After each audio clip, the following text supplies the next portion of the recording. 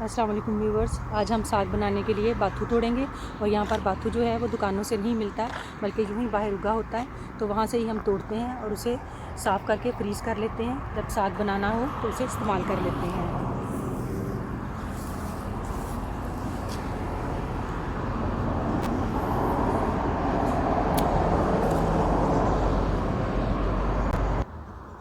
यहाँ पर हमें कुछ और पौधे भी बाथू के मिल गए हैं जो बहुत ही नरम और खूबसूरत से हैं। हम इसे भी काट लेंगे।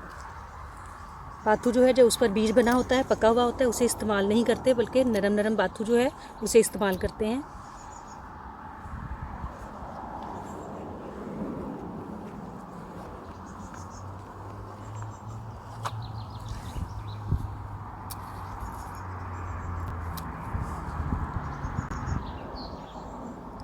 एक और काफ़ी थोड़ा बड़ा सा पौधा है, हम इसे भी तोड़ेंगे, लेकिन इसके हम जो साइडों पर शाखें हैं नरम नरम वो तोड़ेंगे।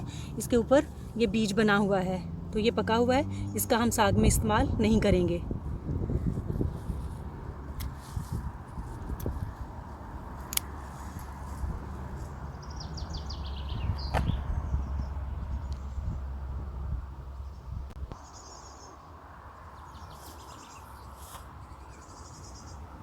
अब हमने जो ताज़ा साग बनाना है उसके लिए हमने फ़िलहाल ये बाथू जो है तोड़ा है।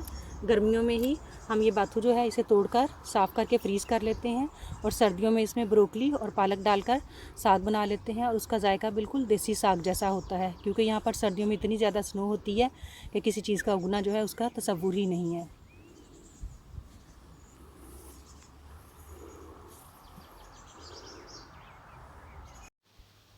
हमने बाथू को अच्छी तरह से धोकर साफ़ कर लिया है और उसके लिए हमने इसके इस तरह से पत्ते उतार लिए हैं और जो छोटी छोटी कॉम्पलें हैं इनको भी उतार लिया है।